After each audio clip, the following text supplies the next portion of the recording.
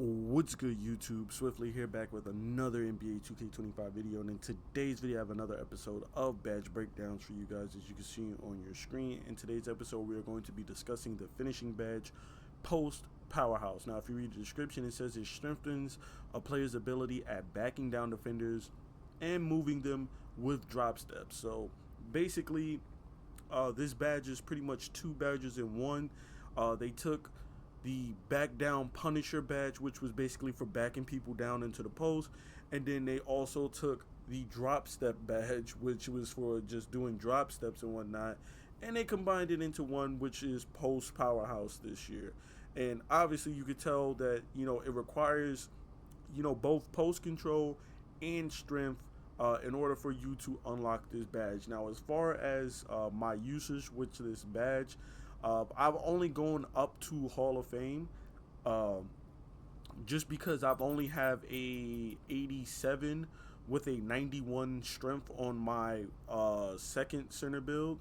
I don't really have high enough post control on my third build year to get this badge any higher than gold. I've used this on bronze, silver, gold.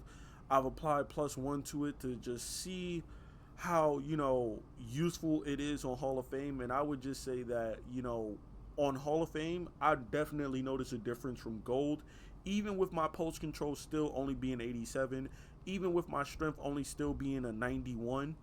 I noticed a very big difference in gold and Hall of Fame. And the reason why I'm saying that is because if you are on, for my bigs, my power forwards that know that play in the post, you know what I'm going to say or what I mean by this. But when you're on your big and you're trying to drop step somebody, there's certain animations that you get that are just good drop step animations, and then there's certain animations you get where there's bad drop step animations. So what I mean by that is, like, the good animations, like my bigs that play out of the post, you know what I'm talking about. This is me explaining for those who don't really play big like that, or they got guards or small forwards or whatever.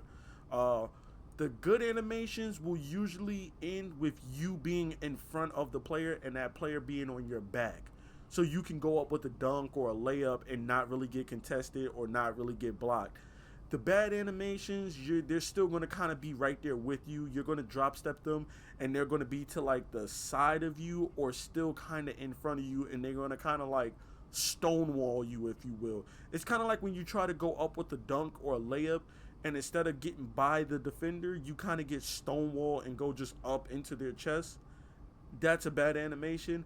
That's a bad drop step animation. So the one thing I noticed is that when I went to Hall of Fame post Powerhouse, I wasn't getting a lot of those wall up, stonewall type of animations when I drop step my defender. I was able to just kind of just elbow and get around them pretty much every single time.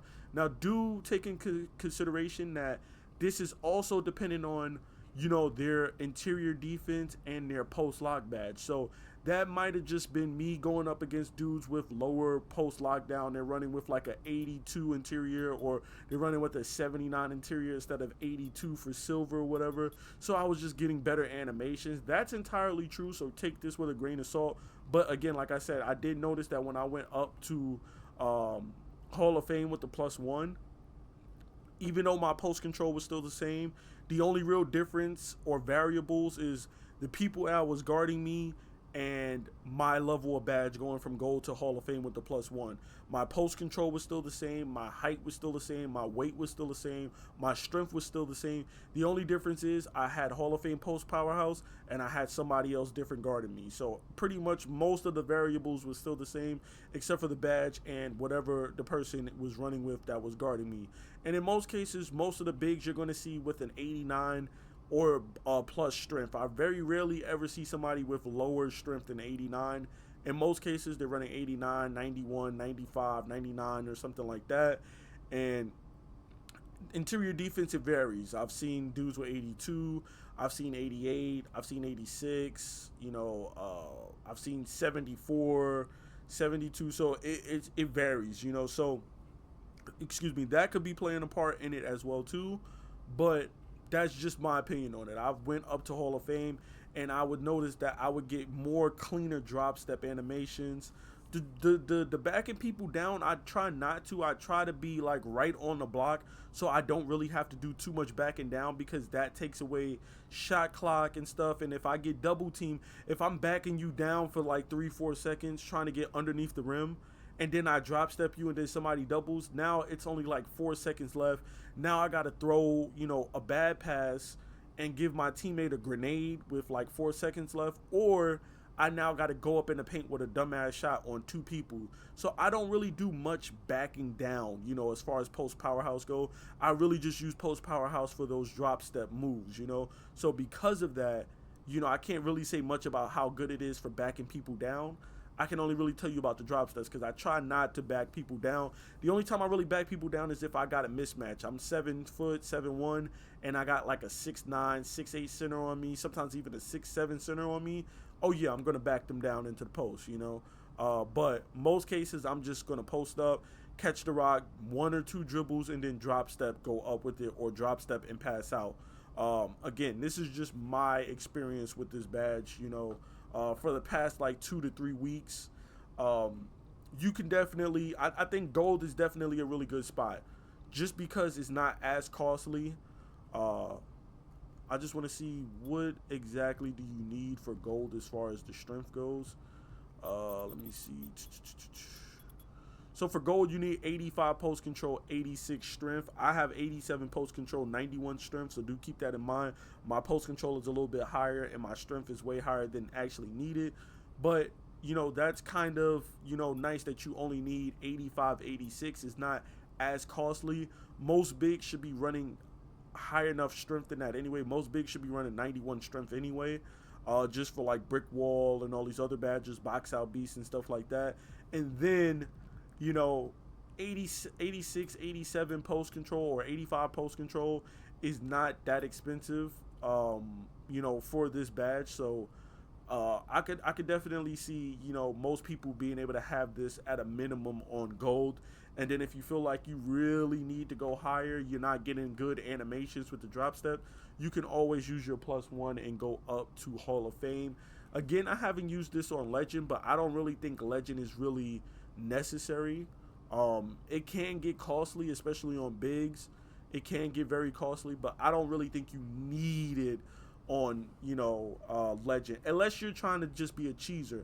If you're trying to be like a pure post scoring like cheeser, and you just want to drop step and post spin dudes to hell and back, then by all means go Legend post powerhouse. But I truly think that gold is the sweet spot for this badge.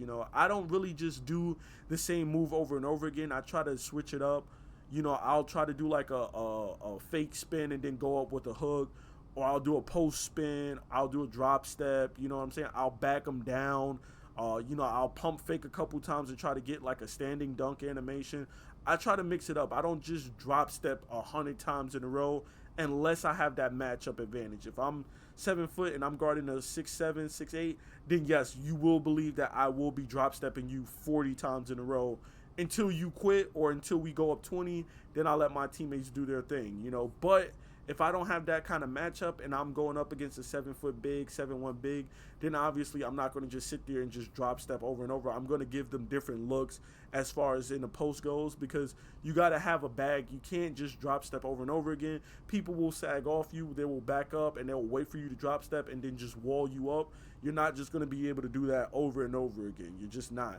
You're not going to get that perfect animation every single time. People will catch on to what you're doing, and it's just not going to work, And also, I don't like the cheese either, so it just becomes tiresome. So as far as levels go, I would say gold and then +1 if needed, but you really don't need this on Legend. As far as my experience with this badge, please let me know in the comments down below what your experience been with Post Powerhouse.